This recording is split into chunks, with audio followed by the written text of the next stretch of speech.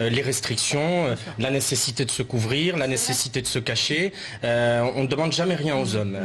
Et donc, il y a un devoir de protection des jeunes filles, des femmes, sur le choix, effectivement, la liberté de disposer de leur corps, sur les activités sportives, sur les mariages, sur les certificats de virginité. Il n'est pas acceptable aujourd'hui qu'on demande à une femme de certifier du fait qu'elle n'a pas eu de rapport avant le mariage. C'est des pratiques qui sont moyenâgeuses. Et moi, j'ai été choqué d'entendre un certain nombre de responsables politiques, notamment de gauche. Nous venons tous les deux de la gauche républicaine, qui a une grande tradition laïque. Elle n'est pas la seule, mais qui a une tradition laïque, qui a une tradition féministe. Et on a entendu un certain nombre de responsables de gauche, au prétexte qu'on n'avait pas quantifié ces phénomènes, que c'était marginal, et au fond, nous expliquer qu'il ne fallait pas légiférer. Si, il faut légiférer. Lorsqu'il y a du désordre, lorsque c'est la loi du plus fort qui règne, il faut que la loi de la République vienne mettre de l'ordre. Il y a un gros déni. Moi, je crois que vous avez tout à fait raison. Et d'ailleurs, dès lors qu'on a parlé d'un certain nombre de sujets dans ces débats, les certificats de virginité, la polygamie, les mariages forcés, le premier réflexe d'une grande partie de la gauche, notamment, vous avez raison de le dire, mais pas uniquement,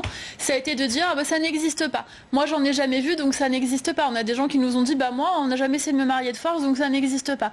Oui, mais même si ce sont des phénomènes marginaux et qui touchent plus particulièrement les femmes qui sont issues de l'immigration, eh bien, on doit pouvoir les protéger. Toutes les femmes doivent pouvoir être protégées en France. Et moi, je trouve que c'est un abandon terrible de se dire si ce sont des traditions ou des coutumes qui existent depuis longtemps, alors tant pis, ça ne nous regarde pas et on les laisse aux mains de groupes radicaux. Je pense que c'est notre responsabilité justement d'agir et de légiférer. Charlotte Dornelas. Mais en fait,